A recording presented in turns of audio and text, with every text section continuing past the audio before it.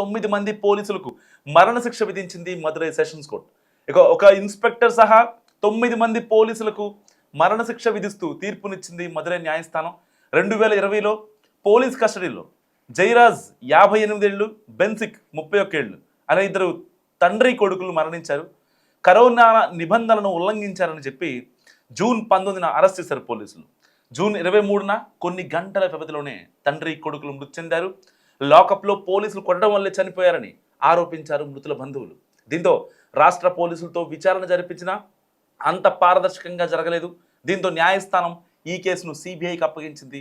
CBI విచారణలో 2500 పేజీల ఛార్జ్షీట్ని న్యాయస్థానానికి produce చేసిన తర్వాత 9 మంది పోలీసులకు మరణశిక్ష విధించింది. అయితే బాధితుల నుంచి కారుతున్న రక్తాన్ని వారితోనే తుడిపించినట్లు కూడా ఛార్జ్షీట్లో ఉంది. దేశవ్యాప్తంగా సంచలనం క్రియేట్ చేసిన 2020 నాటి సత్తాకుళం తండ్రి కొడుకుల లాకప్ డెత్ కేసులో మదురైలోని 1వ అదనపు జిల్లా సెషన్స్ కోర్టు సంచలన తీర్పిచ్చింది. ఈ కేసులో దోషులుగా తేల్చి 9 మంది పోలీసులకు డబుల్ డెత్ సెంటెన్స్ విధించింది.